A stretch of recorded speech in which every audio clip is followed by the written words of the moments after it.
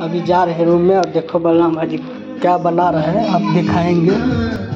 भरोसा नहीं है।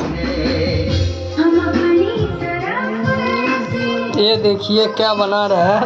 कखे न लगो काम पर से 1 घंटा भ गल। कते में दल का माछ 1.25 किलो। एकरा आप केना करबै? एकरा खेबे अब।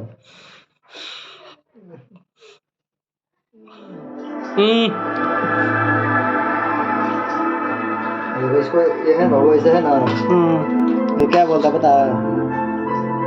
मछली, मूड़ा और ये अपना धूड़ा और में गर्दा। अब देखो है। और ये देखिए तेल भी हाथ गर्म हो गया है।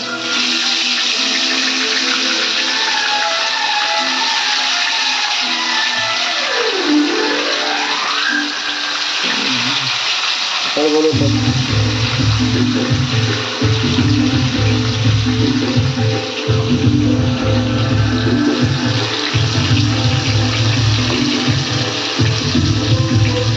जितना ही इसमें बटे ना उतना ही ज़्यादा तो खराब हो जाएगा।